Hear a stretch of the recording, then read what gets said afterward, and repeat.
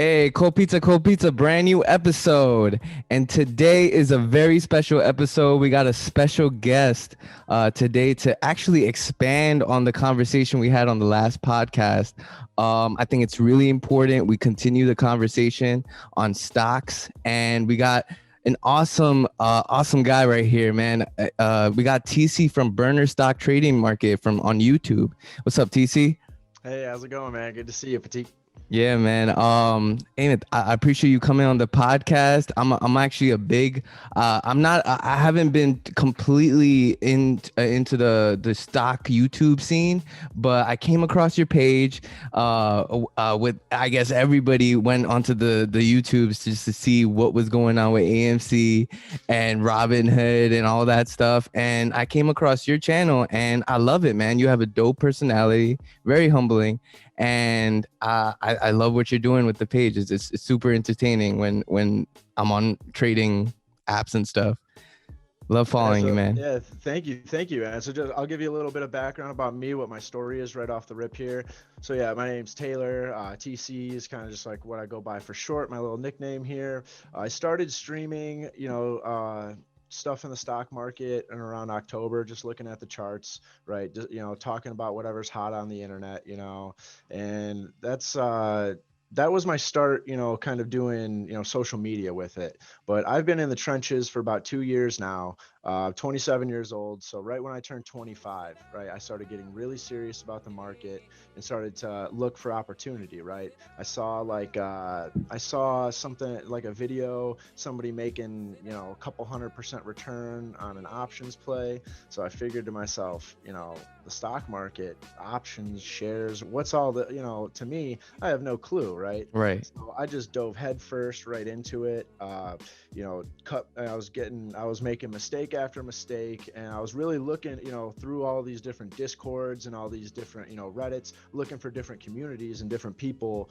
to connect with. So really how all this got started was I was over on the StockTwits board, right? And so that's StockTwits is just a popular stock market social media app. Like each ticker has its own like message board, so people, can debate bullish or bearish on a specific ticker, share ideas, stuff like that. So I clicked up with a whole bunch of people on the workhorse board over on Interesting. StockTwits, right? So it was May of 2019, right, when I found that stock over there, and I just started treating Workhorse like my checking account. Any Wow. extra money I had, buy some shares of Workhorse. When it was $1.73 was my first buy. That summer it ran up to, like, at the peak of the summer it was 537, right? Crashed back down in March, that next following, and in the COVID crash, back down to $1.41. So there was a group of people over on the StockTwits board who I had met and stayed in contact with that whole time, right? And we knew what we owned. We did our research, right? And we felt very strong in our due diligence, right? So we kind of clicked up, and we band together. That group started at about 30 people, right? And it was nothing organized, right? Nothing. We're just a ragtag group of militia men and women here, trying to fight the Wall Street, right? But we knew what we had in Workhorse. There was about 30 of us to start, and then at the end, when Workhorse started to really pop off the next year, that next summer it hits $20 a share. Unfortunately, there was only about like 7 or 8 of us, who Oh. really held on to our shares, and like actually, saw it through, and really, now we're all high-fiving at the finish line. But, I think Drake said it the best, right? Like, at the top, it isn't lonely, or something like that, or something, like, It, but it isn't lonely at the top. Yeah. yeah. So we finally made it. We broke through. We're on the other side now. We saw $40 a share, and that whole crew, really what that whole experience taught me was that you need to have conviction and confidence in yourself. Don't just take whatever somebody says on the internet as face value. You need to do 3 times, you can, that's a great spot to learn and to start looking for ideas, but you need to take that to your lab. You need to have your own confidence in it, and it needs to be an idea or a theme or something that's genuine to you, right? Mhm. Like the movie Inception, like that idea needs to come from yourself, right? And that's where, if it's just somebody you see on the internet who tells you it's a good idea, and when things hit the fan, you know you're trying, you're in a weird spot right there, right? But if you know in your heart electric vehicles are going to be it, the last mile delivery sector is only going to grow, right? Like you can see all the Amazon, the UPS trucks right now. If that's something you believe in, it makes it much easier to hold on with the Tanzanite hands, right? So the Exactly. market Diamond maker, hands. yeah, the market makers are going to throw as many curveballs at you as they can, right? They're Mhm. going to make the price go up, go down. They're trading shares with themselves back and forth, right? Right. So, that's what we're trying to do here with the burner market trading thing. We're all trying to click up, educate ourselves, talk about, just share ideas, and just that, like, right? But that's what we all kind of, got our start from. And so the burner market trading community that it is today, shout out my guy, Jay Smitty. He's my partner in crime on this, right? We built this Discord together. He actually just turned himself into a penny stock millionaire, multi-millionaire, like Wow. within a week of time, right? So the opportunity is here, right? If you want to take this seriously, just to double back, to wrap, put a bow on it, the opportunity is here for regular people with, I think of myself as an average guy with an average IQ. I got a 19 on my ACT, right? By the book, the school said I wasn't intelligent, but Right. there's more than one way to make it in this world. And the world's just telling you, go to college, put yourself in debt, right? Do this, do that. But what that does is that drains you of your energy, your time, your happiness, and that's what they want. So Yeah. what we're doing in the burner market community, we're doing what we want, right? And Mhm. if we're losing money doing it, hey, we're going down losers, that or we're going down, that's the way we're going to go down, Yeah. but so that's kind of just the wave, is just trying to inspire maybe people to do. I mean, there's a bunch of there's a bunch of people pushing you to the market, but we want to push you to do it, to invest in a calculated risk, not just YOLO, Right. hold the line, GameStop, send it. Exactly. Oh yeah. Before we talk more about what was going on with AMC and GameStop, I really want to talk about how was your life before you went on this investing journey. What was life like before and leading up to this point when you just became a full-time trader? Absolutely. So I graduated high school at 18, right? After that, took a year off, right? My little millennial gap year, figure out myself, find myself, right? Really wish I didn't do that, because then about, I went back to community college when I was 19 and a half, almost 20, right? So about a year and a half went by. I went back to community college, and your brain's like a muscle, right? You got to keep using it, right? And I had no math skills after, Wow, really? yeah, I could not. I mean, I when I went back into to go to college and get into math, I had to test into it, and Uh-huh. like I had 3 classes I had to take before I could get to the one that was worth the first credit. And then I Yeah. needed, then I needed 2 more past that. Yeah. So, I was just in community college, right? Got my associate's degree.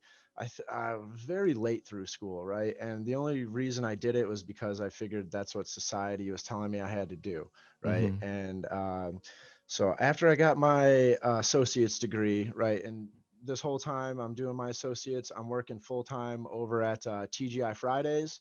And then from TGI Fridays, I moved to like a swankier steakhouse in my Wow. town, right? So I put in like well, I started off as like a host, went to a busser, was serving tables, was never got to bartending because I wasn't 21 yet. But then I went over to this nicer steakhouse in my town, right? Where And are you from, TC? Oh, so Midwest, right, Chicagoland area. Oh, okay, cool. Yeah, so suburbs of Chicago. But I mean, everybody will say they're from Chicago, but they're really from the suburbs, right? But yeah, so when I got to that steakhouse, I'm going to school Monday through Thursday, right? And so I finished up my associates, and then I transferred to Illinois State, right? And that's where I started studying public relations. and because I couldn't do anything in math, right? So I had to do a communications degree. I originally wanted to do marketing, but yeah, you needed math for that. So I pivoted to public relations because that, you didn't have to get through any math with that. And then while I'm working the weekends at the steakhouse, which at my house, which is northwest suburbs of Chicago, and then I'm driving down 2 hours to Bloomington Normal, right, to go to school Monday through Thursday. Then Thursday night, pack up my stuff, go back home, right, drive the 2 hours. I work Friday, Saturday, Sunday, and then finish up whatever homework I can get done, drive back, and then I go to class Monday through Thursday down in Normal, Illinois.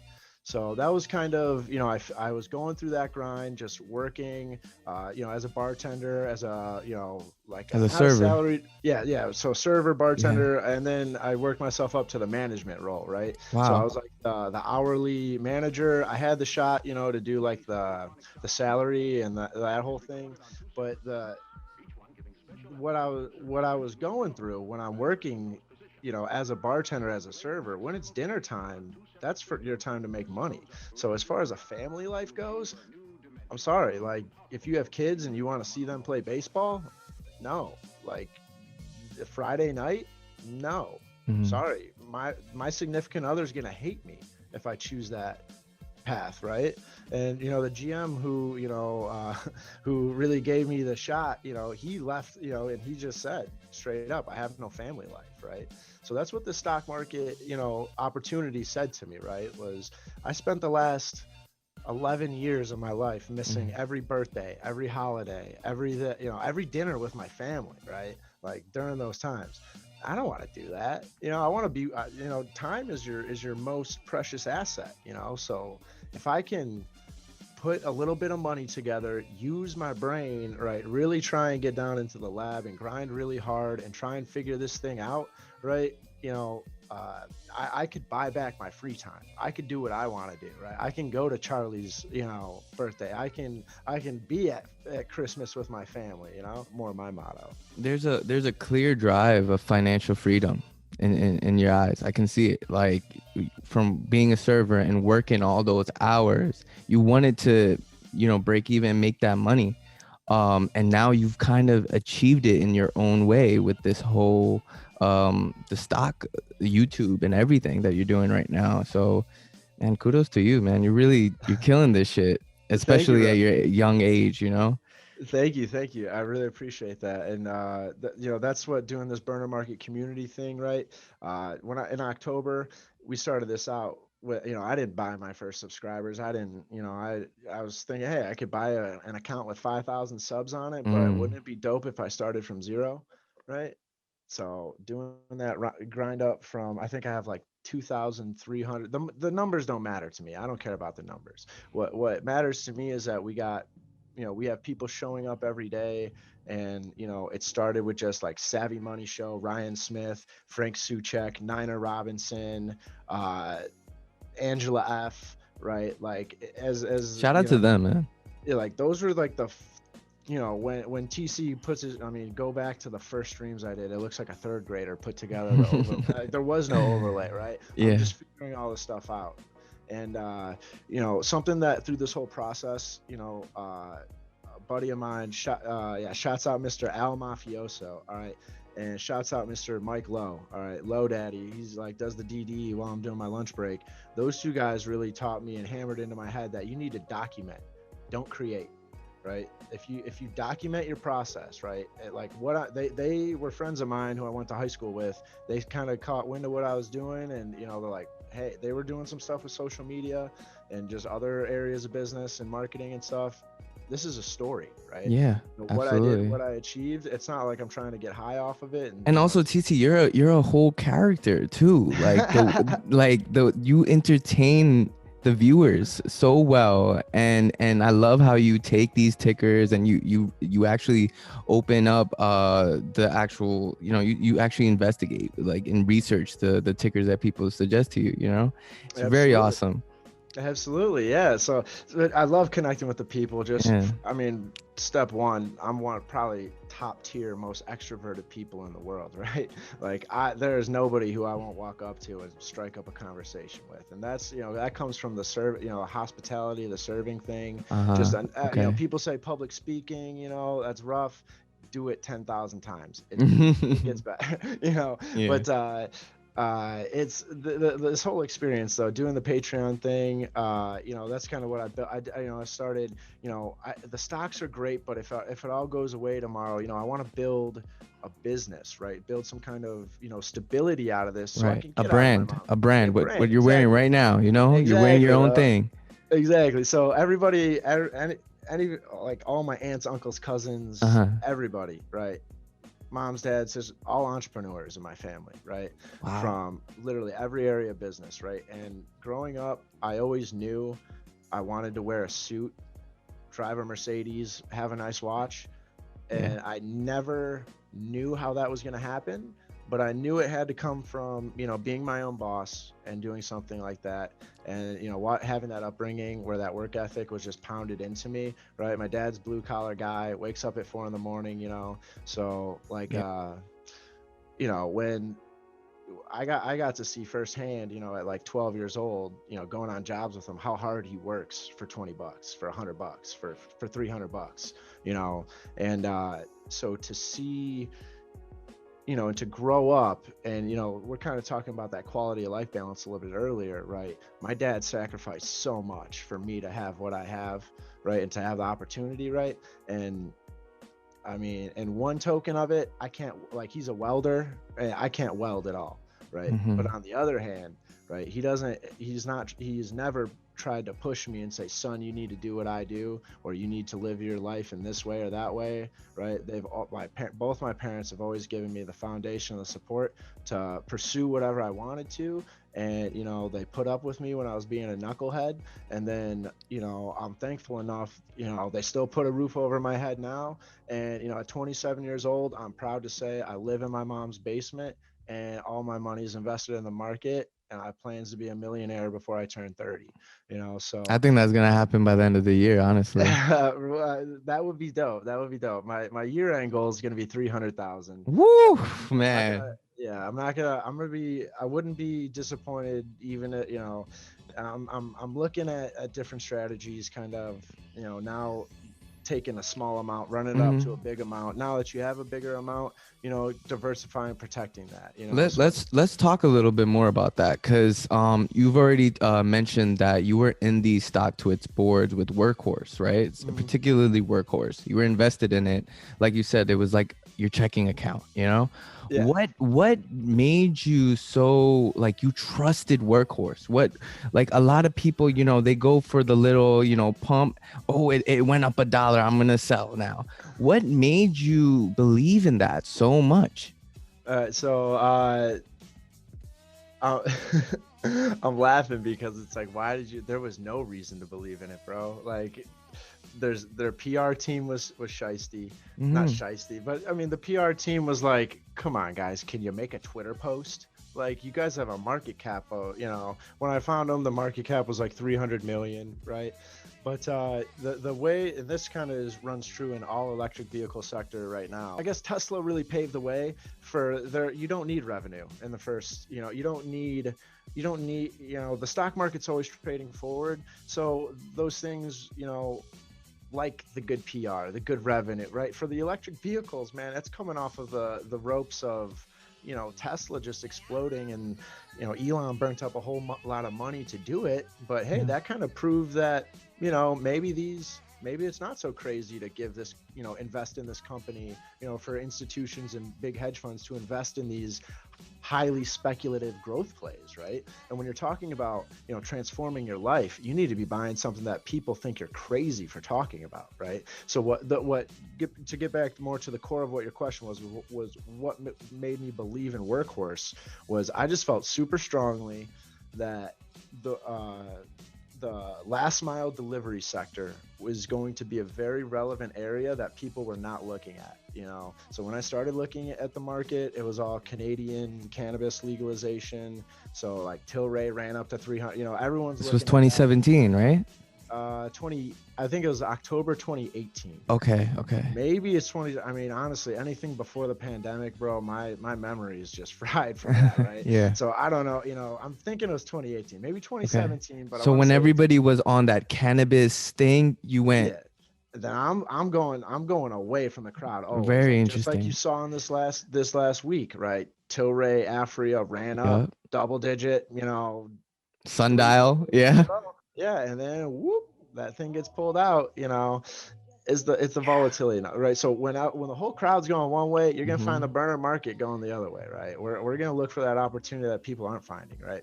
So with this workhorse, I'm thinking in my head, last mile delivery, that works.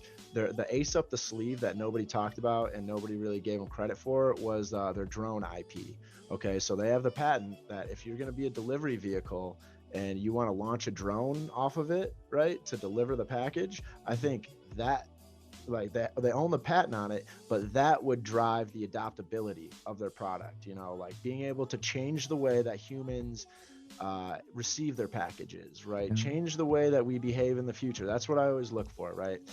Something that people are going to think I'm crazy for talking about now, something that's going to completely change the way that humans, you know, behave. And it's very hard to do, right? My parents and your parents, they went from black and white TVs and radios and rotary dial phones to FaceTime, Zoom, all this. So where do you think we're going to be at by the time we're their age? We don't even, right now, me and you, Tiki, we don't even have the human brain capacity to comprehend what those opportunities are going to look like, right? So for me, that drone delivering the thing, man, that was kind of one of those out there Jetson type, But you you know. never thought it was like a little too far-fetched. No, like Wow. that's the key. That's how you know you're onto something that's right. You know, you're onto the right thing, and people should look at you like you're crazy. Like electric vehicles, okay, sure, maybe the Tesla, but you Hmm. know, I'll counter that with it's the last mile delivery sector that they're targeting. So I don't think anybody could beat me in you know, could debate that. Amazon, UPS, FedEx are all running through vehicles, you know, they're all in high demand, right? With everybody staying at home, with e-commerce booming, just deliveries. I mean, there's first off, the volume we had before the pandemic for the last mile delivery sector, it needed to be improved, right? It was inefficient, right? Because the way that the world was changing, the way that goods and services all move around, you know, there's just a better way to do it. So there needed to be an innovative technology or something to really push that idea forward. And really the icing on the cake last summer, which really made Workhorse jump from $20 to 30, you know, and really unlocked it, was the partnership with Hitachi, right? So Interesting. Hitachi, major international company, right? Hitachi's a huge, you know, huge. I'm pretty sure they specialize in like manufacturing, you know, like forklifts, you know, stuff like that, right? But so they came in and they're helping Workhorse set up their whole production facility, right? Okay, you have all these orders. How are you, and you know, and you have the labor there. How do you set up the actual factory to where you can produce 12 of these vans a day? You know, so that was always the question with Workhorse, was not is the technology going to be relevant? Are people going to want it? You know, it was more so, are they going to be able to deliver? Right. And then when Hitachi signed on with them, that was like the confidence that it needed to really ramp up, you know, and say, hey, Hitachi's getting involved here. They're not going to waste their time with just, you know, any run in the middle, you know. And so Workhorse was just set up to be that first mover in that sector of last mile delivery that I felt was going to be very relevant. Right. Yeah. And, It's yeah. awesome So stuff, man. Awesome. Has your strategy ever changed on the way, like during dips? I know people when they see a huge dip in a strike price, they kind of bug out, they panic. Have you and you in your position with such a huge investment in a workhorse for a very long time, have you had to change your strategy along the absolutely. way? Absolutely. That's where this all comes from Hmm. is, you know, if I don't keep changing my strategy, they're going to swallow me. Oh, uh-oh. I better wake up. No, but like, if they don't, you know, if you're not constantly improving your strategy or constantly they're, you're, you're going to have a win, but if you don't figure out what you do when you get up on top of the hill, you're going to roll right back down and give it right back to them, right? So that's what I did for about 8 months to a year. I made money, I gave it right back. I made money, I gave it right back. Do you ever just sell all your shares, or do you just take a little chunk, put back in? What's that move that you're playing with Workhorse? Gotcha. So I'll run you through. Yeah, when Workhorse was just a few bucks, and I could grab, for $100, I could grab, decent amount of shares, right? That was my thing, right? I was accumulating, right? I'm going to work, I'm taking cash, and I'm buying shares with it, right? So now I'm building up, I'm accumulating my position, and we can get into it too on the details of it, of how I used options contracts. But basically, once I knew that it was like time, after we went from $1 to $5 back down to $1, and now we started getting back up to like $4.20, $4.40, $4.50. That's when little Tay was like, yeah, this is time, So I smashed the hammer, right? I went to my drawer, I emptied out the coin jars around the house. I got $1,200 together in cash. Okay, I can remember driving to the ATM that day to deposit the money. I was so excited. I knew Tiki. I said this was going to be the one. Okay, this is going to be the thing that changes my life here, right? This is the opportunity we've been waiting a year for, right? So I smashed the hammer, right? Now, I had to learn, what do I buy with these options contracts? Do I want it far out of the money strike? Do I want it close in the money strike? So all that quest, of like, yeah, there was a lot of luck involved, but, in the moment, I'm doing as much research, as much, educating of myself of what tools are available to you, right? So like these options contracts, they give you the right, but not the obligation to purchase or sell 100 shares of a certain stock at a certain price by a certain date. And is that what you did in the game when you came in, was options? Yeah, so I was dabbling with it, trading them around, right? Yeah. And so just speaking to how my strategies developed, I started as like a scratch off, like, yeah, I'm putting $1,200 on this risky thing with Workhorse, and I know it's gonna pop. All right, now it's a gamble, huge gamble. Absolutely, because that $1,200 could have just as easily turned to 12 cents, right? And 78% of these options contracts do expire worthless, right? So when I took that risk, that was built up on about like a year, like almost a year to that point of like being in this play, being, watching every move of this stock, right? So when I heard Mike Pence was going to be at the Lordstown plant to reveal the Endurance, Workhorse owns a has equity in Lordstown, right? The CEO from Ride is the CEO. I mean, it's the black hole thing. I'm seeing Mike Pence over there at the factory. I'm seeing Lordstown Motors right there. Ride. I don't even think. Yeah, Ride wasn't even announced as a SPAC yet. They went public with DPHC, but Ride. So Workhorse got all the credit for that. Like in the stock market game, right? So that was I can remember. When that started going off, Workhorse is at $7. Workhorse is at $11. It's $14. I'm freaking out. I'm losing it over that week, because I had never seen it over $5, right? Fast forward to about, 2 years later, a year and a half later from that point, it's at 40, so it's like. When do you decide to take these profits in?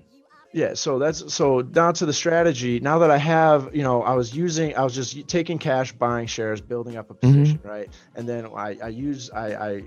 I figured out what was going on with the options contracts. I put 1,200 on a super risky bet.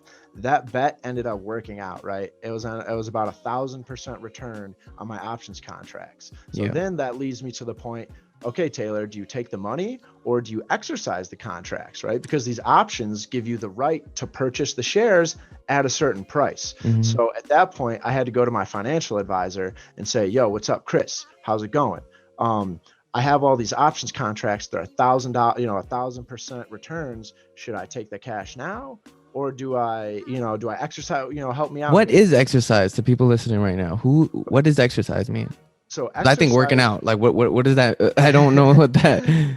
Just to back it up, right? A call is the right to purchase 100 shares at a certain strike price, right? So say 15, $10, whatever per share, right? By on or before a certain date. Okay.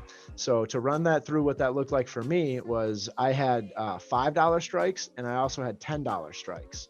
And Okay. I bought them when the price of Workhorse was only $4.22-ish cents, right? Mhm. So technically, both of those were out of the money. And then, sorry, remind me again what the exercising it. Okay. So now, once the price of Workhorse from $4 reaches over $5, reaches over $10, then both of the contracts were in the money.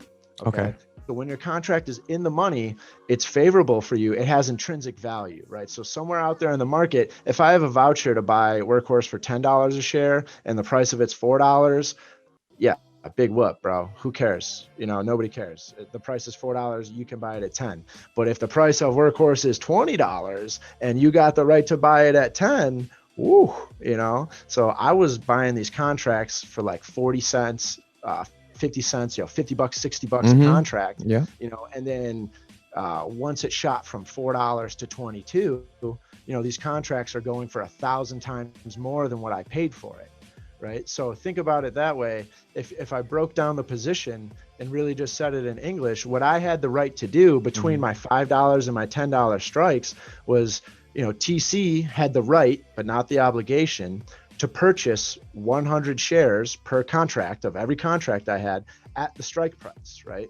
So, but you sacrifice the premium that you pay for the contract, the 50, $60 per. Yes.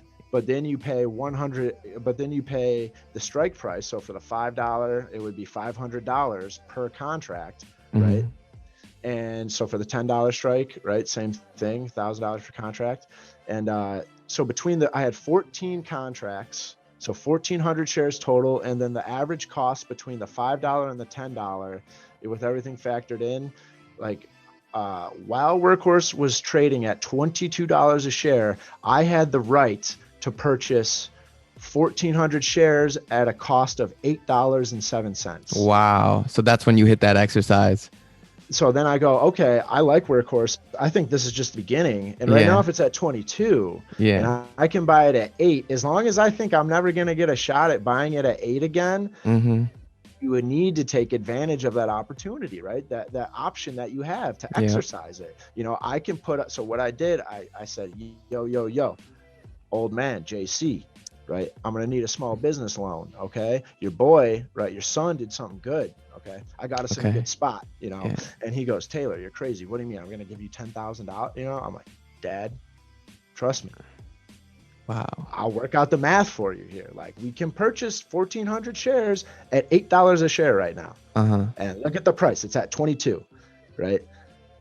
We don't have the U.S. Postal Service contract yet, and that's my golden goose, right? And that was, last summer, right? 2 summers ago, whatever. When it was up at 22. So now that I do have all of these shares, right? I have 2,100 shares of it at a cost basis of $6 a share. And so now what I can do, just to get into a more advanced strategy with the options, is instead of buying the calls like I did, right? I can start selling them. Right. And then as long as the price of Workhorse stays underneath my strike price, I can just collect the premium week to week. Right. I hold on to my shares. Now I'm getting paid just to hold on to my shares. Wow. Right. And now this is stuff you don't know about unless you crack the book open and go, what's a covered call? Right. So I own 2,100 shares. I can sell 2,100 contracts. Right. So I can receive, here, let me just pull it up on Robinhood right now. And I don't do this, right? Because I'm not doing this strategy right now, only because I feel we are very close to the U.S. Postal Service contract, right? So if I'm receiving a premium to lock it in and sell it at a certain price, and then we get that contract and it shoots up, that's not going to be a good spot for Tay-Tay, because he just waited 2 years. And now instead of selling it at 100 a share, he was receiving a little premium week to week to lock in to sell it at 45 a share if that event did happen. Right now, it's unlikely.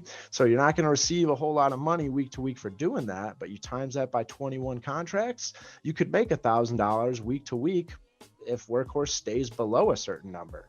Right. So there's all these different ways. And that's just like the first like surface of it. There's all these different ways you can combine the positions together. You can like put them against each other. You can put them this way, that way. However, if uh, there's a possibility for it for you to learn about out there, and a strategy for it with options. If something goes down, something goes up, you want to bet on it just staying within a certain range, there's a way to do it.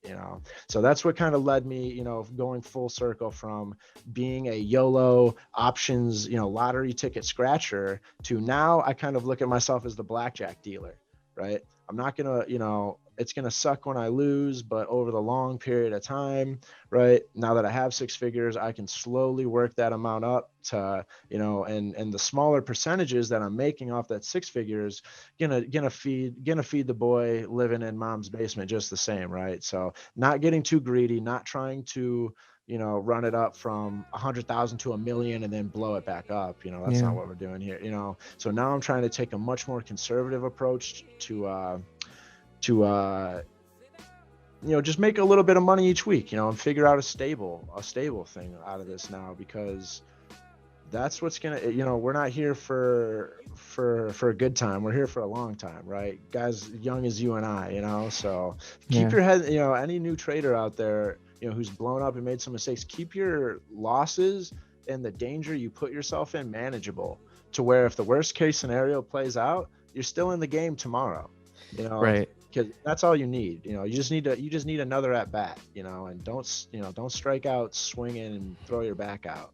Sit on the bench for the next 6 months. Exactly. But TZ, we need to highlight that the stock market is a very risky game, right? And we saw what happened with GameStop and AMC. What is your take on these meme stocks? What is your take on Wall Street bets? We know that you said that, hey, that place, we saw what the power of the people could do, But what's your take on these meme stocks? How about GameStop and AMC? What's going on? How you feel about those? You don't like it? I don't like it. It's not the whole Robinhood shenanigans where they limited the shares in the clearinghouse and all that stuff. You saw Robinhood. People want to pin the blame on them. Not so much Robinhood's fault. Like, they're just playing within their own rules, just like Wall Street Bets was playing within their own rules, just like the hedge fund managers were playing within their own rules, right? The people you really need to be upset about, I was listening to that Clubhouse that Vlad and Elon, Elon's kind of roasting. I'm like, dude, was Vlad on that Clubhouse conversation? Yeah, wow. I mean, yeah. So, maybe I'm hallucinating here. I'm pretty sure I'm recalling this right. Okay.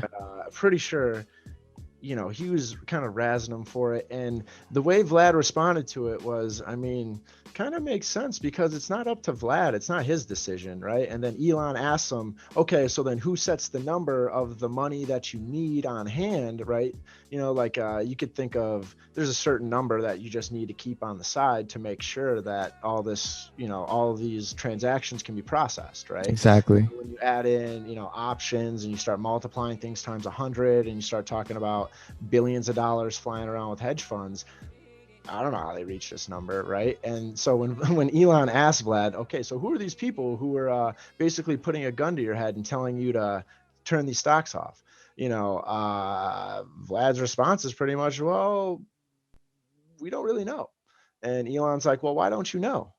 And it's pretty much, well, that's just the way it is. And that's the system. This is the world. You just got to be realistic about that with anything in life, is that the system is set up for the individual to fail and to fall into line and to conform, right? And that's the way that it's set up from the top down, right, across everything.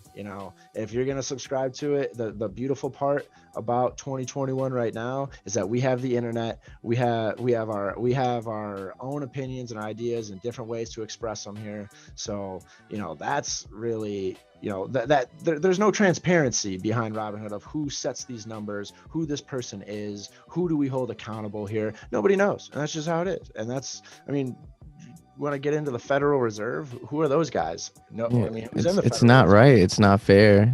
It's like I know Portnoy once said that it was like you were in the winning game and you were just at the last inning and somebody just changed the rules. Yeah. It's not fair. It really stung for the retail, But were you in those, or did you not? You weren't in the hype? Honestly, that month work, that's when Workhorse was blowing up. So I bought like 200 shares of AMC just for the memes, right? I had AMC actually a week or so before. Shout out my guy Ryan Smith, right? He was, he was kind of like following the message boards, and he's like, "Hey, this is gonna happen. This is gonna happen." I'm like, "All right, bro, I'll believe it when I see it." So I just jumped in with like 200 shares of AMC at like $300, and that was like maybe a week before it went off, and then I just ended up selling it and shuffling the money around. But So you took I those profits right away. no, so I ended up selling it before it even went off. So I didn't even have profits Aye, on it. So okay. then after it went off, I threw $2,000 at it just for fun Yeah. because I mean, for the month I was having, I was up like 46K at the time. So I figured, I was like, yeah, let's just, and that's the part about this too, is that, out of this situation, there's opportunity in anything, right? So the way I approached it was I just put my pizza money in it, right? Shout out Jockey for stealing his phrase, pizza money, right? When you got your pizza money in it, you don't care. What is that? Can you what is Yeah, pizza money? yeah, it's just pizza money, man. It's just. I mean, Lunch and money basically. Like it's a it's different little amount pocket of change. it's a different amount to anybody, Okay. And I don't want to try and come off like, oh, $2,000 just pocket change to me, right? That's a lot of money to me, Oh yeah. right? But relative to when you're in the market and you're doing these stocks, things go up and down, you're a little bit more comfortable with that looseness, right? So to me, having 2,000 out there in that risk was a favorable risk reward situation. And that's, if you just put a few bucks into it and then it ended up popping, and you took your profits right away, yeah, my guy Ryan cleared 46K in like a I saw week. that. Yeah. Ryan was hitting it. But what, a few months Did he take before those that, profits? Was yeah, he absolutely. When it smart? was up at 300, I mean, yeah, he held the line. He was all about it. But what they don't tell you is behind the screen, you think they're holding the line with their shares? You got to be high if you're thinking that, man. No, Mm-hmm. when it's up at $300 a share and you're in at 15 and it's up at 300, You're you think selling. they're holding the line? No. No, it's a game of hot potato. It's a game of musical chairs, and you want to get into that. That's the part that sucked, was that a lot of people saw the hype, saw that, and wanted to jump in themselves, right? Yep. And that's just gonna Including be, me. I yeah, definitely jumped in way too yeah. late. Yeah, but that's the thing, that's the cycle of anything. Yeah. By the time you hear about it on the news, that's old news, right? And buy the rumor, sell the news. I bought the rumor of AMC. I didn't hold it long enough. I jumped Hmm. back in it and I ended up losing like 1,600 of it, right? And we're literally seeing that right now with this cannabis stuff. Like the way it tanked overnight between Wednesday night and yesterday. Well, think of Nuts. it think of it like this, Tiki. It's more of a psychological thing, right? It's more Mm-hmm. of like if everyone's looking at, so the price is what we all decide it is, right? And the hedge funds know, after they spend bajillions of dollars every year researching the next best way to trick Tiki and TC, right? How do we make them feel emotional? How do we make them feel hopeless, right? And just sell, how do we trick them into selling? Oh, we, perfect. That works. Publish this here. Go ahead and put that headline out on the news. It's a big game. It's all a rat race. So you need to, put your earmuffs on over the BS, right? Like the media. Here's another thing too, for like anybody who's new and getting into this, right? Like the news articles that are on the app, right? So on Webull, it has like, the news Yep, section with yep, the yep. headlines. Yeah. Whatever those headlines are, take that in your head and read the opposite. Read the Because opposite. I love it. exactly, if it says shares are down for this reason, read that in your heads that shares will soon be up for this reason. Hmm. Because the people who are telling, the big, I mean, and we can go kind of back to what I was studying with PR, right? Hmm. The way that the velocity at which information travels is what dictates how significant it is, right? So like, I mean, in the stock market, if this catalyst happens, nobody hears about it, they don't do a PR, nobody knows, great, the stock price isn't going to move, right? But if CCIV merges with Lucid Motors and that ink hits the paper, boom, you have a reaction because everyone out on Twitter is witch hunting, right? Everyone out, it's the hot thing, right? It's what everyone's attention's fixated on, so what is a market maker? They think, oh, everyone's fixated on that. Let me throw as many different curveballs in there as possible to Mm-hmm. trip, trap, frustrate all these, and that's where, getting into more of the software with like your indicators, experience just with the charts and the trends, that all, kind of eases and fills in the blanks, because when you don't know what's going on, like right now, workhorse is at 36.50, I'm kind of seeing that. No, check the MACD, check the 4 hour. Okay, we're at a support level. Now I feel a little bit better about, I understand what, a little bit more. And humans are always trying to understand, but with this game, there's a certain level of comfort that you just have to take, and just knowing that a little bit of it is unknown, but we're trying the hardest we can to get the best idea of, we're trying the best we can to get a better idea, right? Yeah. And we keep doing that every day. TC, what do you say to the people still holding the line? What do you say to them? Like, I know a couple people down on Nokia, 5,000, 10,000. What do you say to these people holding the line? Is it worth just taking the loss and taking your money somewhere else, or what do you do?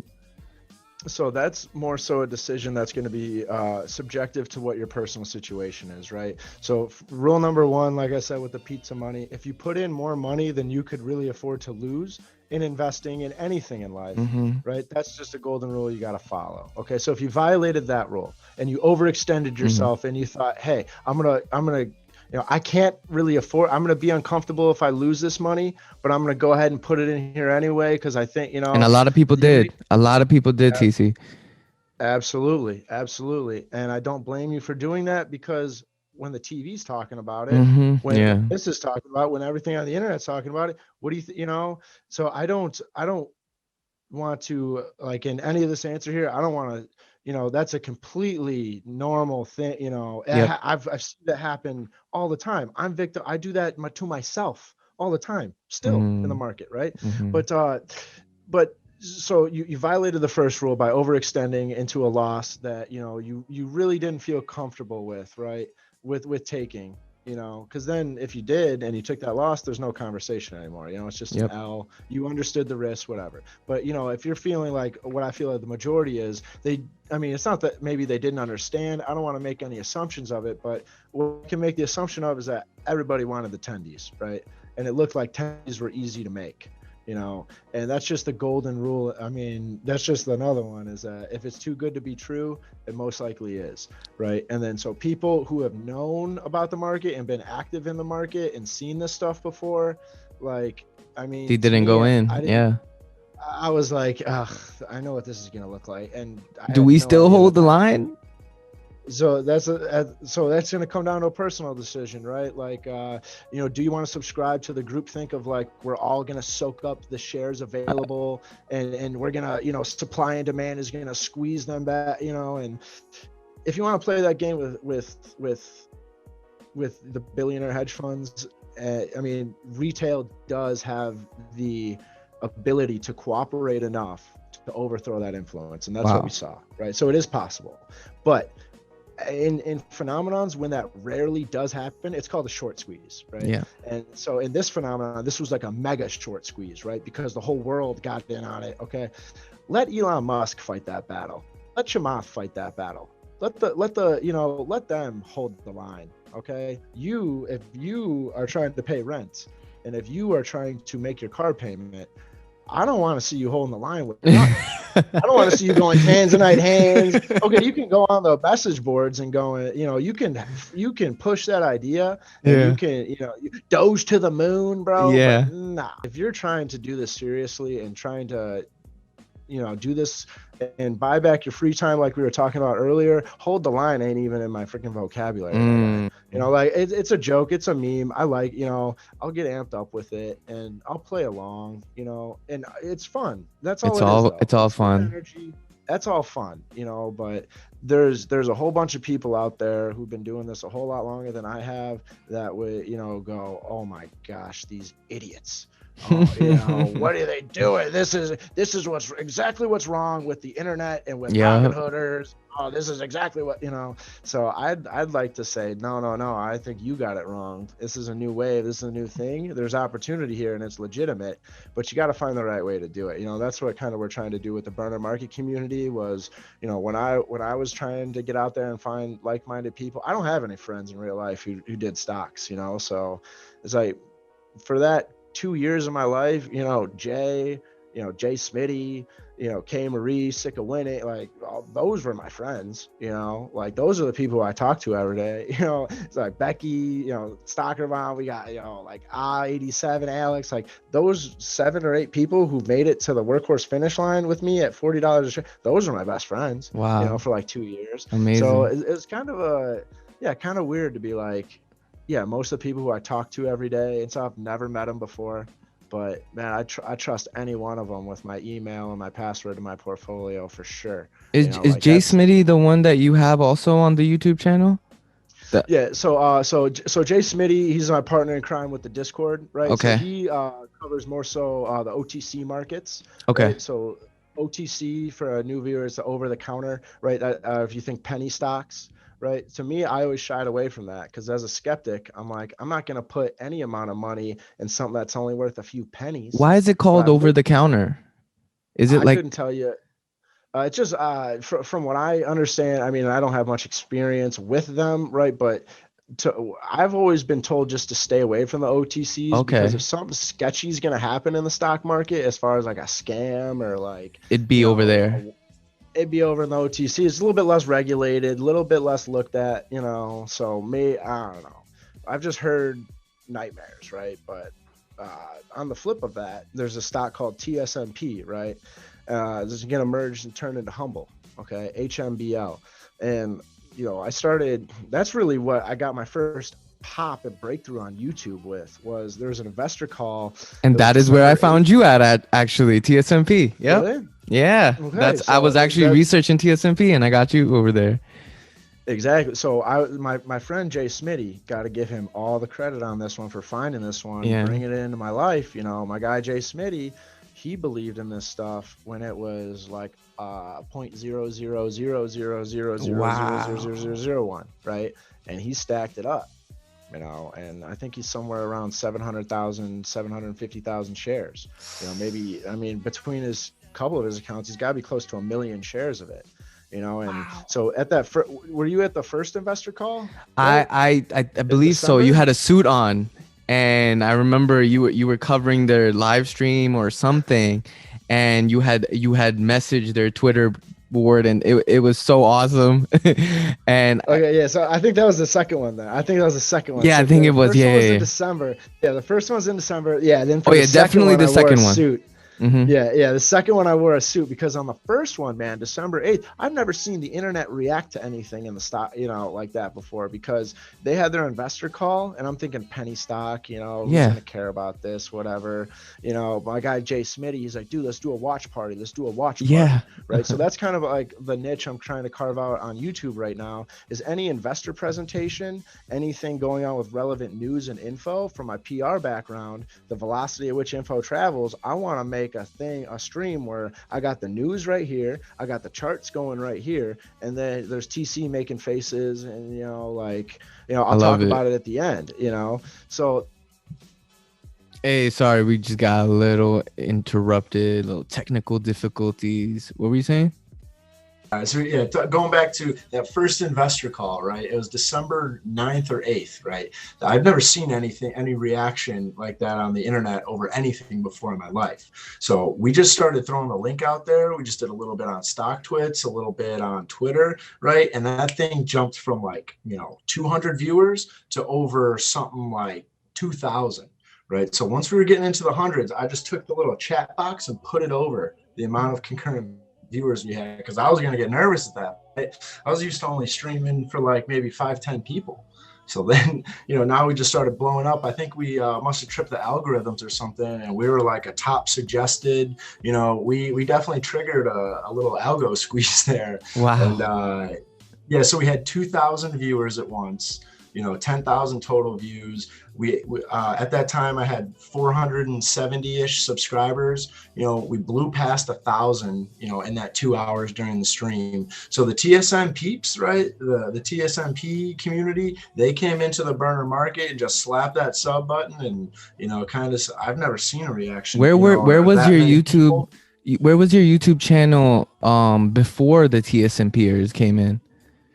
I was just, it was the same thing, but I was just, doing the charts and the streaming for the market every day, and 4, 5, 10, sometimes we get it up to 15 people, but then once the TSMP community came through, I was like, okay, it's not what I'm doing isn't right. It's just that I need to market it a little bit better, or get the URL in front of people in a little bit different way, right? So when we did the first one, we saw that reaction. We wanted to make sure for that second investor call that we had the rug all vacuumed, we had the chips out, the dip, I put on the suit, right? And I wanted to make that kind of the most special experience it could be, because that was the craziest thing I've ever seen on the internet, right?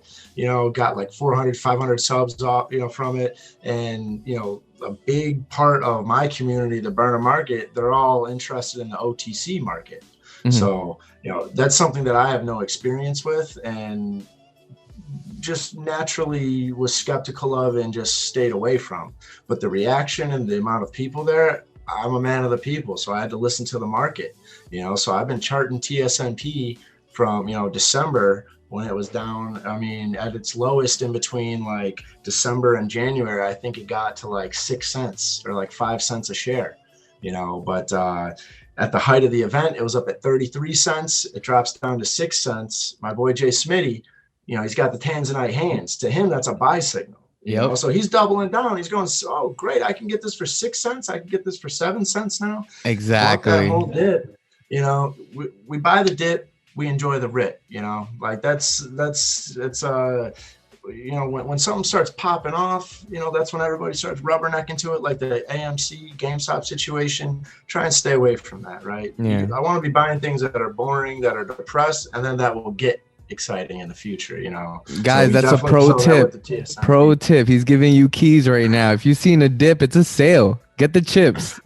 Think of it like this. Absolutely. Think of it like this way. When Walmart puts something on sale for 20% off, and it's a hot item, but all that a lot of people like, there's not going to be very many on the shelf for very long. And that's the supply and demand, between the bid and the ask, right? The buyers and the sellers. We're probably going to see a good relationship with TSMP and the Humble Pay people to help the retail investors. I love it. Absolutely. So they're that penny stock is very community focused, right? And what said that to me, and what just personally, made me feel like a valued shareholder of that company, was when we did that second investor event, the one that you found me on. Yeah. The head honcho, right, Mr. Brian Foote, right before he starts the event, he says, "Thank you guys for coming out," or "Thank you guys for joining in. All this anticipation is just really awesome." I caught wind over on Twitter that there's a watch party going on. What's going on, everyone? Where's my invite next time? What the heck, So I'm thinking to myself, this dude cares enough to know what the conversation about his company is. He's hip enough to, and that's kind of the cool part about this, COVID thing, is that we're watching these people who we would regard as super highly intelligent CEO, executive level thing, watching them fiddle with the Zoom and seeing how, that to me is like a really cool part, but just how we felt personally connected with that community, right? Now, is there risk here in this? Yes, there's a lot of risk. It's a penny stock, could it go south? Absolutely. Could it go down to a penny? Sure. But that's the risk, the reward we're willing to take. There's a lot of people also all agreeing that the price of this should be over $1, right? So it's been consolidating over $1, ran up to $2, rejected there. Now it's kind of consolidating up above $1. So the way I see it, it could lose $1. It could just bounce off $1 and go back to $2, right? Who knows? The main thing to look at and to base things off of is not the share price, right? You got to look at the management team. Are people happy to work there? Do you see progress going on? Do you see do you see that? Do you feel like the guy with his finger on the trigger actually cares about you or not? And I genuinely got that feeling. Time's gonna tell, right? And we'll see if maybe, you know, that was all a lie, right? And that was just a big front.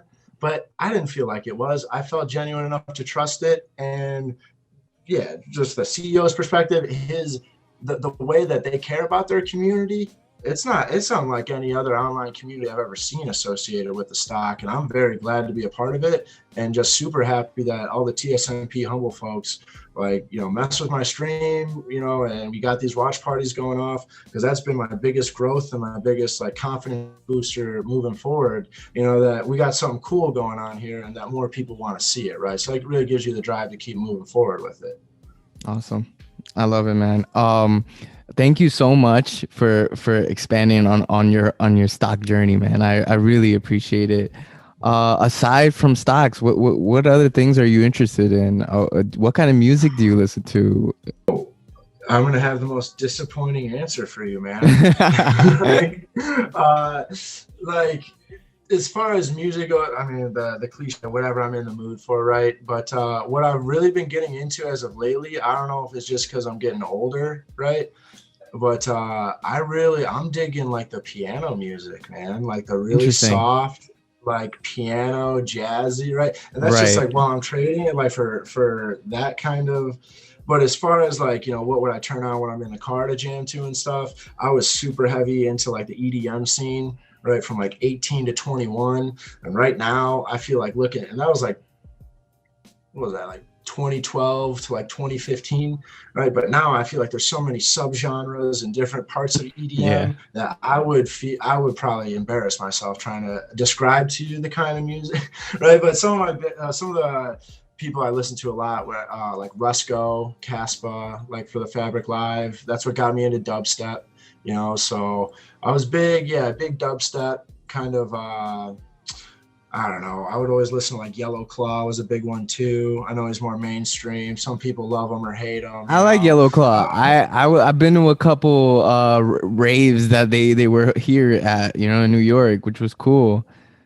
Awesome. Yeah. So, I mean, that's what I posted on like the EDM Chicago Facebook group. And I was like, because I think it was like Flostradamus and Yellow Claw. You know, I'm like, I like that trappy, you know, like EDM stuff. So I like posted like something about it, and they're like, dude, I'm like, oh my gosh. Wow. But I didn't know that I didn't describe the right subgenre. So I feel like, you know, I feel like music to me, it's an important part of like keeping myself like level, right? But as far as like, you know, I probably don't go deep into exploring music as, you know, I'm very I don't know if I just don't have it's just not what I like or what, but to me music, it's like, I know I feel bad saying this on a music podcast, man, but like, you know, like I definitely still have a lot more to experience, right?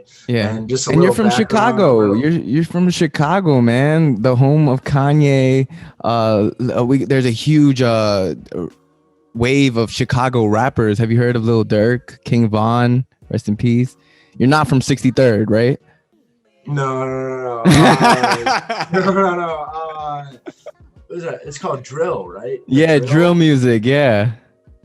So I can appreciate, you know, all different types of music, and I can, you know, but yeah, I mean, if I'm working out, shoot, maybe I throw on some drill, you know, or like if I'm going for a run, like, you know, Lord knows that don't happen often, right? But yeah, if I'm pumping it up, maybe turn on some like jungle trap, you know, like, you know, something faster like that. But little side note, little side detail, right? That some people, I mean, pretty much nobody really knows this about TC, but this is a cool thing I'll drop for you because this is more of a music podcast. Let's do it. Yeah.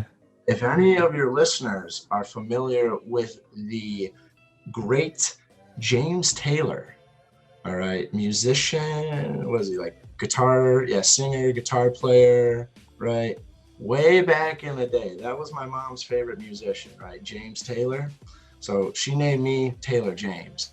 Oh, wow. So this guy, I mean, he's got the classics, right? I've seen him a few times in concerts, but yeah, if that your head, I mean, like, just type in James Taylor and you'll see one of his, like, you've heard his music before, right? He's one of those like classic, legend. Yeah. like Is he from Chicago? I'm not aware. I have no idea. Okay. I just know that was he's my from mom's Boston. favorite artist. Okay. What's that? He's from Boston. Okay. Oh, okay. So over by you then. Yeah, my mom was just my mom super loved his music, right? So she was a crazy James Taylor fan, so she had to name her son Taylor James, right? Wow, So, that's so dope, man. So I'm named after a musician, but I used to play the drums too. Oh, me too, man. I was in band doing percussion. Yeah. So I was doing had the kit set up in my basement, and that only lasted about a year before my older sisters were like throwing stuff at me, like, quit banging on those drums. So, yeah. You do the quieters. The quieters don't work. At least you got the drum set. I got the drum pad. Oh, okay. Well, dude, those electronic ones, dude, you can do some fun things on those. I didn't get the electronic one. I got the regular one that was like looking like a plate, and then you were just doing drum rolls on and just practicing. I wish I had the electric one. I got you. Yeah, like the hexagon. Yeah. Okay, yep. Yeah. I'm gonna turn it on you now, Tiki. What's going on? Like, what do you do? Like, as far as the music scene and like, so I know you got this podcast going on. Give me a little bit of background on you, man, if you don't mind that I turn the tables here. Oh man, that's awesome that you're doing this too. So I'm a graphic designer. I'm a production designer as well. I work for a private / public company that helps armed forces in the United States and all over the world. So so I'm mainly a designer. I love what I do, and I created this this platform to introduce underground artists and also underground people like yourself, like people that are blowing up and making strides and moves in their own lanes, and I find that very interesting, and I want to give them a platform to be on this show too, and help their audience and help mine as well, so we can expand together. Absolutely. Yeah. And so I'm jotting this note down. I'm jotting this note down right now. As you're saying all this, I can really see, like, in the just the way we had this conversation, everything, that your passion is in that creativity, right? And your passion is in that music, you said music, fashion, right? I could tell, even just, having experienced, launching my own thing on social media, to do all of this, right? To take all these steps, to go through it, and to take your passion and try and put it out on the internet and share it with other people. It doesn't matter how much money you and I make or whatever. It's not that. It ain't about that part of it. It's about the passion. It's about what you love. I can tell that you are enjoying your life. Oh, yeah, you man. would not be any happier if you were making 100K or 10 bajillion a year and doing something different. You wouldn't be any happier than you are right now. And I can just tell that genuinely by talking to you, that Tiki is a man who's following his passion, right? And that is, as long as you're doing that every day, like, I can see where you and I are very similar in that respect, where we take what we're passionate about, we're trying to share it on the internet with people and get that word out there, get that message out there. I resonate with that really heavy, man. So when you asked me to come on this come on and do this, I was like blown away. I was like, this is the coolest thing in the world, right? Like, we are on a movement right now where people are going to the internet, sharing their passion and changing the status quo, man. So yeah, no, I thought it was so dope that you even said yes, like, I was like, you know what, let me just shoot it out there. I'm following this dude and I love what he's doing. I'm gonna ask him, you know what, I have nothing to lose. It's like when you see a girl that you like, and it's like, and you hold that like regret that you never asked her out, and why? It's like, why, when all you could have did is just compliment her or ask her out. And what's the worst that can happen? No. Or you just get ignored. And at least you tried, So that's where I was like, you know what? I got to ask this guy because he seems so down to earth. and he talks to his people, like he talks to his viewers. And I thought Bro, that was yeah, so there's dope. not a chance I'm missing this, man. Somebody who taps into my stream wants to chat. Oh, dude, I got time for that any day of the week, my friend. Yeah. Facts. So what I think, just to kind of go off of what we're talking about here, what keeps people back, and what I'm noticing, what keeps people back and keeps people in the system from, not following their passion, not doing it, is the fear of stability, right? It's scary, and we're both 27. We're very young. I didn't feel like I knew anything about life until I turned about 25, right? And very, very quickly, you keep reminding yourself, oh, no, you don't. You still need to, you don't know everything. You don't have it all figured out, right? So when you're going through all this, what really, it scares people, right? To take that leap, to do that, to quit your job, right? And the system does the system is very efficient at keeping Tiki exhausted and keeping TC exhausted. Right. Yeah. So we can't do this, and so at the end of the day, you're done working your job. You hang up your boots. You're going to turn on Netflix. You're not going to start doing your passion. You're not going to follow your passion doing that. So quit your jobs, people. Get on the internet. Find what you love doing. Make a lot less money doing it, but you will be so much happier in the end. And I mean, I could trade, all the money I would have made working holidays and working weekends and stuff. No. Now, it's not about the whole everything shifted, right? It's all about my time now. It's about being happy, my passion, healthy, right? We're here for another 70 years if we do it right. So we got to set ourselves up in that. And I mean, just in the first 3 months from this, right? The reaction that I've gotten, the market will tell you, right? The people will tell you, right? And maybe it won't tell you right away, but that just means you got to keep going. And maybe these ideas are bad, but you're going to have a good one eventually, so you got to keep trudging through all that, get over the fear of that stability that you are being trained and conditioned to needing, right? Because the system's going to tell you, you need to do that, you need to do that, or you're probably, going to end up like this. Yeah. And if you believe that, that's on you. Like when I was 18, I was sitting down in my high school counselor, the guidance counselor's office. They go, all right, Taylor, if you don't sign up and go to a university this year, right now, at 18 years old, 50% chance you're just going to flip burgers the rest of your life. And I looked at him and I said, yeah, I know you are huffing paint, bro, because that is not accurate at all. But as a 18-year-old looking up at a peer, somebody who's 45, 50 years old, telling me what to say, that person works for an institution. That person works for the school. They're part of a system, yeah. From every kid that they send off and get to sign up for a student loan, that high school gets a kickback because they're going on to college and doing exactly. Nah, get out of that. Get out of that. It's 2021. Don't put yourself in debt. Get on YouTube, study it. I'm not saying, it's easy, and I'm not saying that it's effortless, but the effort and all of the time that you put in, it is much more rewarding to you, and you will feel like you want to, open 3 more doors after that, Yeah.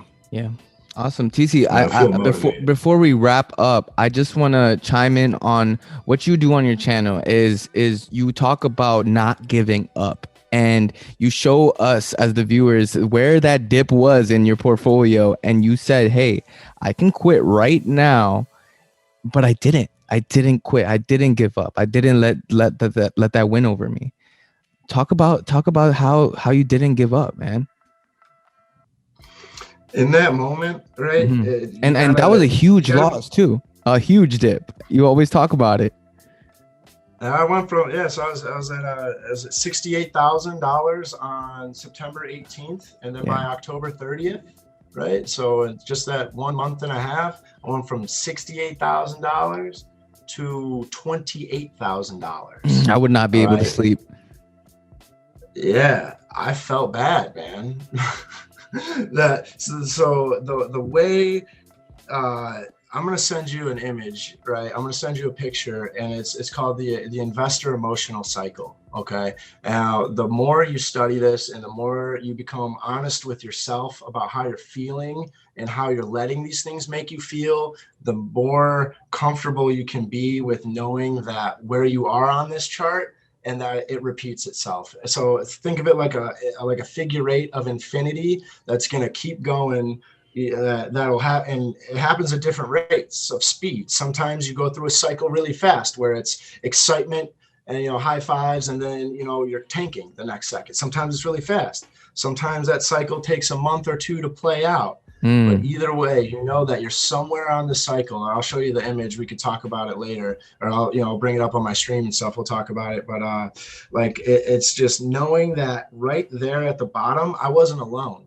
There's a bunch of other people who also have failed in the stock market, right? Now, the difference is the people, when you're down like that, the majority of the people are going to give up. And that's what the system wants, man. I'm very against fighting the system, right? Mm-hmm. So at that point where you are the most depressed and you are the most hopeless and your stocks are worthless, you're at rock bottom, okay? So I have news for you. You have your opportunity to gain the most right there.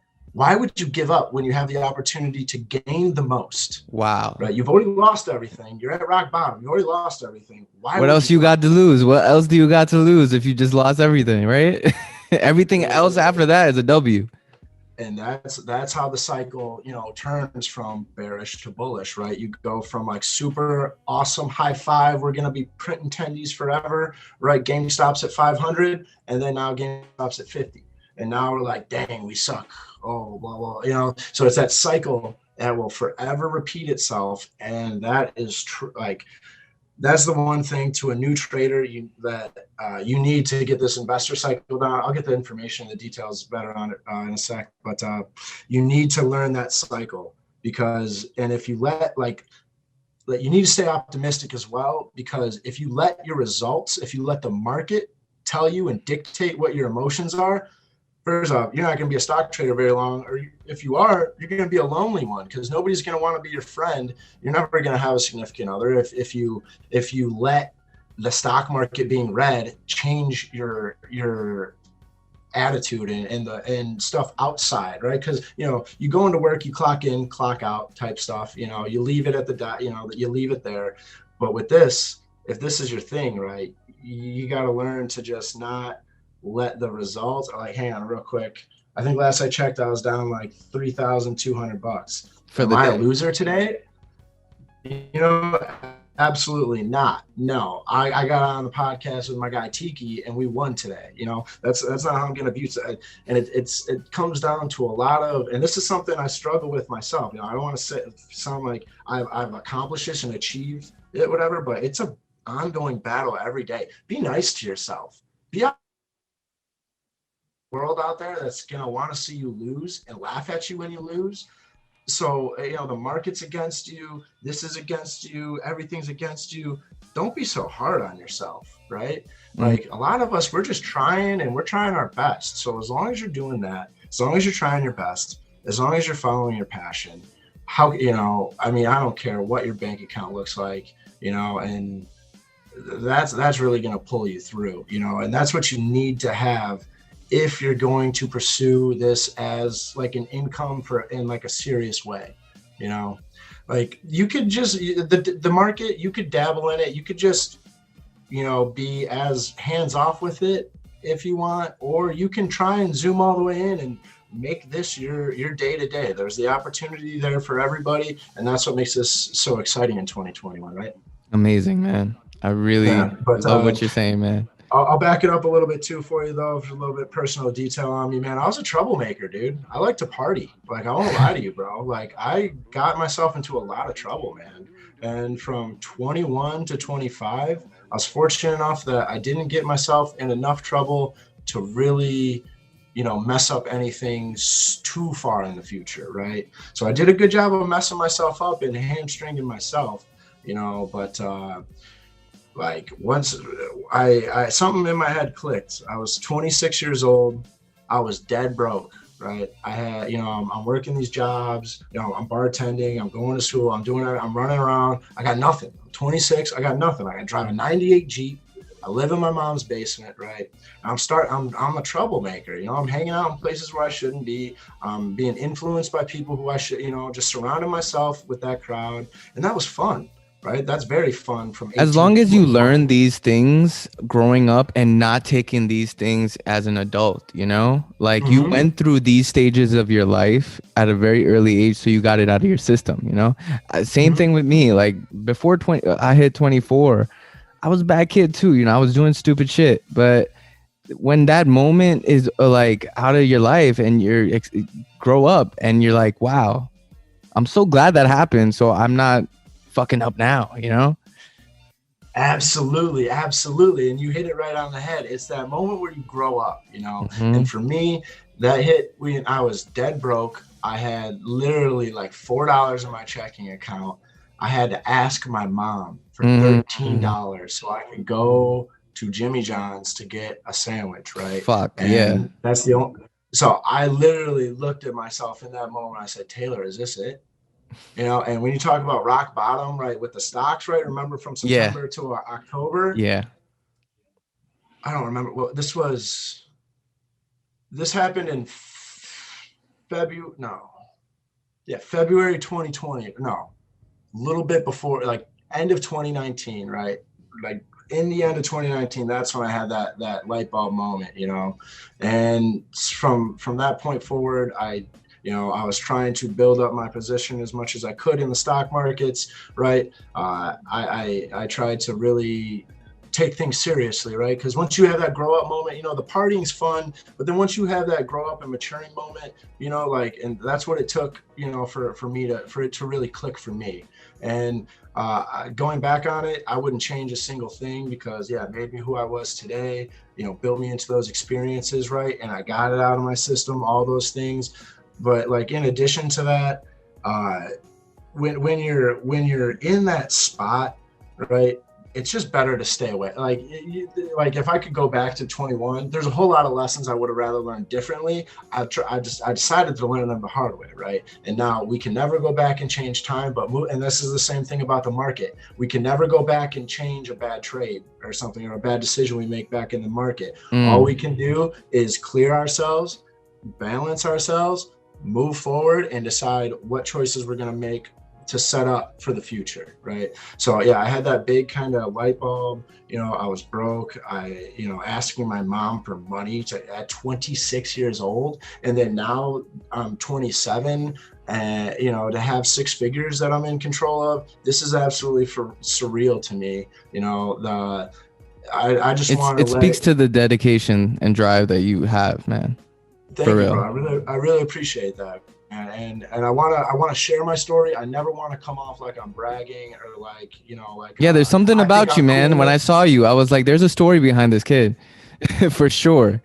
Yeah. So I never wanted, that's not why I show the portfolio. It's, it's not, I think it is something to be awesome and to be proud of, but in the same token, I remind myself every day, it can be taken away from me. Right. So I need to stay up on my grind, up on my thing, because I like being up here, and I'm not going to stay up here unless I'm working hard at it every day, you know? Awesome stuff, man. I hope if you ever come to New York, you can stop by. We're going to have a studio built soon so we can make it real official and stuff. So would love to have you on and get more deep in this conversation. Hopefully that's when you hit that 300K mark and we could just talk about it, you know?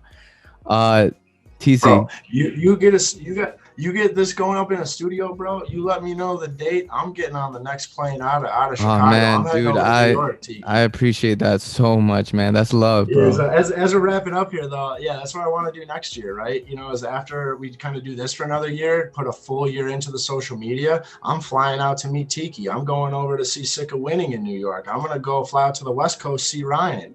I'm gonna go, I'm gonna all these people I connected with and make relationships with, it's like, well, now I've got I got the money, I put in the work, I put in the sweat.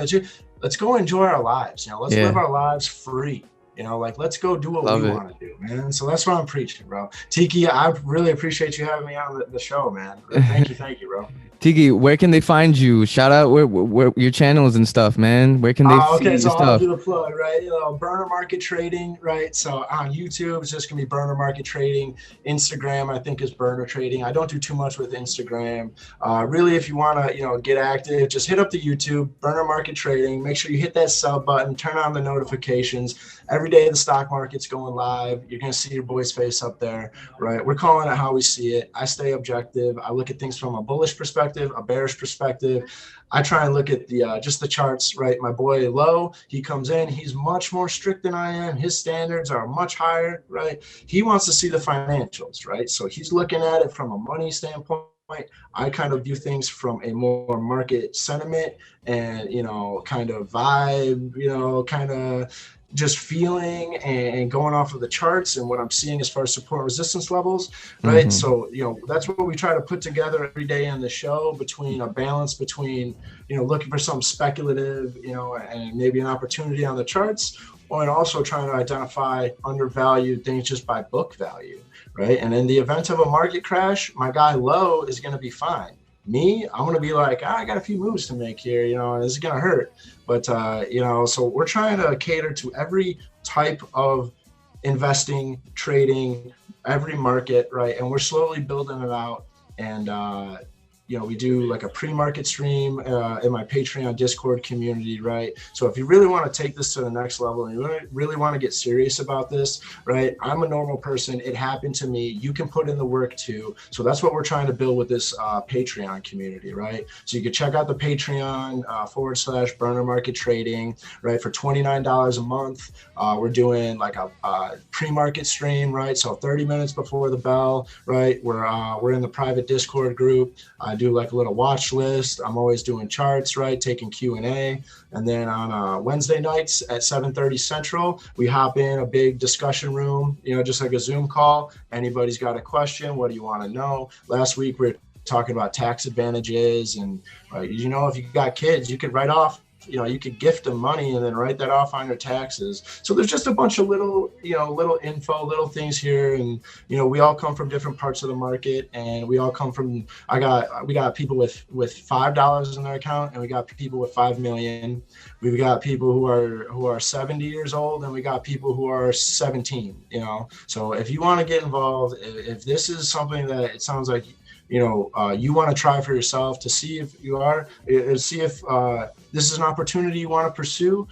I want to try and create a community where that is inviting and we can all progress and work together, right? Because I'm all about the power of the people, and I'm all about trying to trying to touch and reach and get my message out to as many people as possible, man. So real quick, I really appreciate you, having me on here and let me talk about all this stuff, man, and share my story, because this is going down as TC's first ever exclusive interview. I love you got it. the exclusive here, bro. I know I did.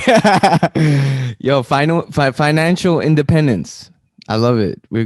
That's the ultimate goal. Oh, absolutely. We'll get there, man. The way we're going to achieve that is by just doing what we're passionate about, dude. And it's very cool that I think it's very cool that you have your lane and the fashion, the creativity, and that end of it. But also, I look at you as a renaissance man. You had the site to look into to see, okay, what's this GameStop stuff about, right? You didn't just take it as that. You went a little bit further. How do we understand a little bit more? That's what brought you into my channel type stuff. Yeah. So, with the long and the short of it, it's like this world's crazy, man. So let's see what we can do. And the power of the internet, man. The way we're connecting with people on different sides of the planet, amazing. Mm-hmm. Yeah. Well, it's open to all of us, man. So let's get this thing rolling, bro. TC, thank you so much for coming on the podcast. Hope we talk again soon. It's been awesome. Can you say "yurt" one time for the New Yorkers? Yurt. It's like a yo. Yurt. That's awesome, bro. It's YERRRRRR. Like we say "yurt." Like that's the way we greet each other in New York. Just like that. Can we get that one more time? That's how we do it. Okay. Okay. You get in there, bro. You get in there. I got you. You're gonna hear a few of those on the Burner Market stream when we go on YouTube. Let's do it. Every time I'm in, I want to hear a you're. You got it, man. You got it, bro. Thanks. I really appreciate it, man. Anytime you want to chat, bro, market, music stuff, man, really appreciated this. Really enjoyed it, man. Thank you very much. Thank you, TC. Thank you so much, guys, who's listening. Make sure to like and subscribe. Make sure to follow TC stuff. We're going to do more of this kind of stuff. I want to make sure everyone listening gets their knowledge expanded to levels that they never even thought possible. So thank you, TC, for taking this to the next level, bro. Let's do it, man. We're out here pushing the needle, and all those other YouTubers who are just putting up 5-minute videos and not connecting with your communities, I'm sorry, your boy's out here changing that. So you better get in with your people, because I'm gonna snatch them up. Let's go. All right, bro. Have a good night, a good day, man, and happy Friday, bro. You too, man. Take care, man. Good to see you, man. Take care. Peace.